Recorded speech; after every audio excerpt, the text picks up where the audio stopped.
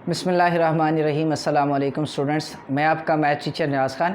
इस वीडियो के अंदर हम एक्सरसाइज 4.2 क्लास फर्स्ट ईयर के problem number 14 to problem number 17 इन प्रॉब्लम्स को सॉल्व करेंगे। प्रॉब्लम नंबर 14 की स्टेटमेंट मैंने आप लोगों के सामने लिखी है। इस वीडियो के अंदर हम जिन इक्वेशंस को सॉल्व करेंगे वो सारी की सारी हमारे पास एक्सपोनेंशियल इक्वेशंस है। अब एक्सपोनेंशियल इक्वेशन स्टूडेंट्स हमारे पास एक ऐसी इक्वेशंस होती हैं कि जिनमें जो वेरिएबल्स है वेरिएबल्स अकर्स एज एक्सपोनेंट। ऐसी इक्वेशन जिनमें जो हमारा वेरिएबल है वो एक्सपोनेंट के तौर पे आए उसे हम क्या बोलते हैं, एक्सपोनेंशियल इक्वेशन बोलते हैं। ये फर्स्ट एक्सपोनेंशियल इक्वेशन को मैं सॉल्व करने जा रहा हूँ। यहाँ पे मैं आप लोगों को एक बात बताऊँगा, ज़रा ध्यान से सुनिएगा कि जब भी आप एक्सपोनेंशियल इक्वेशन को सॉल्व करने जा रहे हो स्टूडेंट्स, तो पहले आपने ये देखना है कि किस टर्म के अंदर जो एक्सपोनेंट है वो प्लस या माइनस की सूरत में है। जिस टर्म के अंदर भी एक्सपोनेंट सम या डिफरेंस की सूरत में होगा स्टूडेंट्स, उसको आपने ब्रेक करके लिख लेना कि यहाँ पे देखें ज़रा स्टूडेंट्स, यहाँ पे 2 का जो एक्सपोनेंट 2x + 1 है और यहाँ पे 2 का एक्सपोनेंट हमारे पास x है। तो अब देखें ज़रा स्टूडेंट्स, मैंने इस 2 पार्ट इसको मैंने लिख लिया 2 पार 2x × 2 पार 1। जब भी आप एक्सपोनेंशियल इक्वेशन के problem number 14 to problem number 17 को सॉल्व करने जा रहे हो, तो जिस टर्म के अंदर भी एक्सपोनेंट सम या डिफरेंस की सूरत में होगा उसको आपने ऐसे ब्रेक करके लिख लेना। ऐसे हम लिख सकते हैं बिकॉज अगर आप मल्टीप्लाई करेंगे तो दोबारा एक्सपोनेंट ऐड हो जाएंगे और आपको 2x + 1 ही मिलेगा। अब साथ में -9 × 2 पार x + 1 = 0 साथ वैसे ही आ जाएगा। अब ये 2 इस 4 के साथ मल्टीप्लाई होगा तो स्टूडेंट्स आपको 8 मिलेगा और इंटू 2 पार 2x ये साथ वैसे ही आ जाएगा। -9 × 2 पार x + 1 = 0 साथ वैसे ही आ जाएगा। अब ज़रा गौर करें स्टूडेंट्स, इस 2 पार x का इस 2 पार 2x के साथ क्या रिलेशन हो सकता है। ज़रा आप गौर करें, अगर मैं 2 पार x का स्क्वायर लूँ तो 2x से मल्टीप्लाई होकर मुझे 2 पार 2x देगा, यानी कि ये जो 2 पार 2x है ये 2 पार x का क्या है, स्क्वायर है। तो अगर मैं इसको y के इक्वल लेट कर लूँ तो फिर जाहिर बात है ये हमारे पास क्या होगा, y² होगा। तो इजीली ये y वेरिएबल के अंदर क्वाड्रेटिक इक्वेशन में रिड्यूस हो जाएगी। तो यहाँ पे मैंने लेट कर लिया कि 2 पार x जो है वो y के इक्वल है। अब चूंकि 2 पार 2x 2 पार x का स्क्वायर है तो फिर ये हमारे पास क्या होगा, y²। तो ये इक्वेशन हमारे पास बन जाएगी स्टूडेंट्स 8y² - 9y + 1 = 0। अब ये क्वाड्रेटिक इक्वेशन आ गई हमारे पास y वेरिएबल में, तो इसको हम फैक्टराइजेशन से सॉल्व कर लेंगे। 8y² - 8y - y + 1 = 0। फैक्टराइजेशन कैसे करनी है वो मैं आपको बार बता चुका हूँ। मैंने वीडियो भी उसमें क्वेश्चन भी आप लोगों को बताई है कि फैक्टराइजेशन आपने कैसे करनी है, मिडिल टर्म को कैसे ब्रेक करना है, ठीक है। तो उस पर आप लोगों ने ग्रिप बनानी है, ठीक है। यहाँ पे मैं एक्सप्लेन नहीं कर रहा। अब 8y फर्स्ट 2 टर्म्स में से कॉमन लिया तो यहाँ पे आ जाएगा y - 1। इन दोनों में से -1 कॉमन लिया तो आ जाएगा y - 1 = 0। अब यहाँ पे हमने y - 1 कॉमन लिया तो आ गया हमारे पास 8y - 1 = 0। अब स्टूडेंट्स इन दो एक्सप्रेशंस का प्रोडक्ट 0 के इक्वल कब होगा, आइदर y - 1 = 0 और 8y - 1 = 0। इन दोनों इक्वेशंस को ज़रा मैं यहाँ पे लिखने लगा हूँ दोबारा। y - 1 = 0 और 8y - 1 = 0। देखिए स्टूडेंट्स, आपने स्टार्ट में y को किसके इक्वल लेट किया था, 2 पार x के इक्वल लेट किया था। तो y की जगह पे अगेन लिख दें पुट y = 2 पार x, बिकॉज हमें सोल्यूशन सेट के अंदर x की ही वैल्यूज़ को लिखना है। अब यहाँ से हम x को फाइंड आउट करेंगे, -1 राइट साइड पे जाके क्या हो जाएगा, +1। अब स्टूडेंट्स देखें शाबाश, इस 1 को मैंने लिख लिया 2 पार 0, क्योंकि 2 पार 0 भी किसके इक्वल होता है, 1 के। मैं चाहता तो आप इसको 3 पार 0 लिख लें, फिर भी 1 के ही इक्वल होता है, लेकिन मैंने ऐसा इस वजह से लिखा 2 पार 0 ही इस वजह से लिखा कि बिकॉज लेफ़्ट साइड पे बेस हमारे पास 2 है।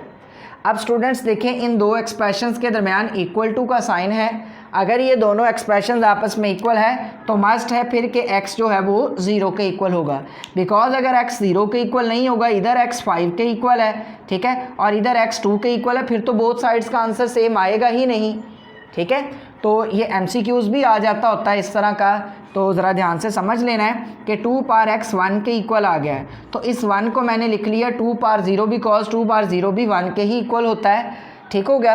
अब ये दोनों एक्सप्रेशंस इक्वल है, इनके दरम्यान इक्वल टू का साइन है, तो ये इक्वल तभी होंगे कि जो x है वो हमारे पास किसके इक्वल हो, 0 के इक्वल हो। तो यहाँ से x किसके इक्वल आ जाएगा, 0 के इक्वल आ जाएगा। अब इसको सॉल्व करते हैं स्टूडेंट्स। चूँकि हमें x की वैल्यू फाइंड आउट करनी है, -1 राइट पे साइड पे जाएगा, +1 और 8 इसके साथ मल्टीप्लाई हो रहा है, दूसरी तरफ जाके डिवाइड।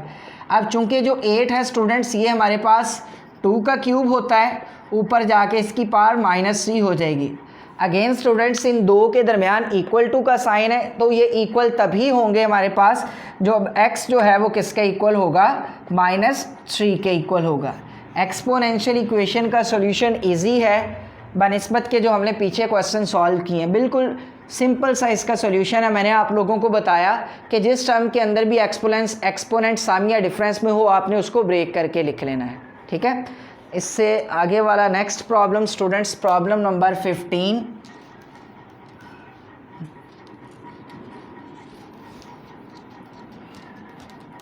प्रॉब्लम नंबर 15 की स्टेटमेंट है हमारे पास 2 power x plus 2 power -x plus 6 -20 is equal to 0।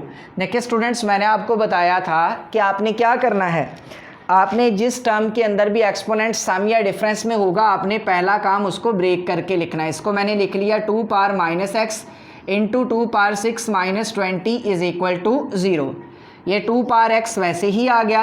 2 power 6 student 64 के इक्वल होता है, और यहाँ पे देखें ज़रा शाबाश, ये 2 पावर -x है स्टूडेंट्स, तो ये नीचे आके क्या हो जाएगा 2 power x -20 is equal to 0।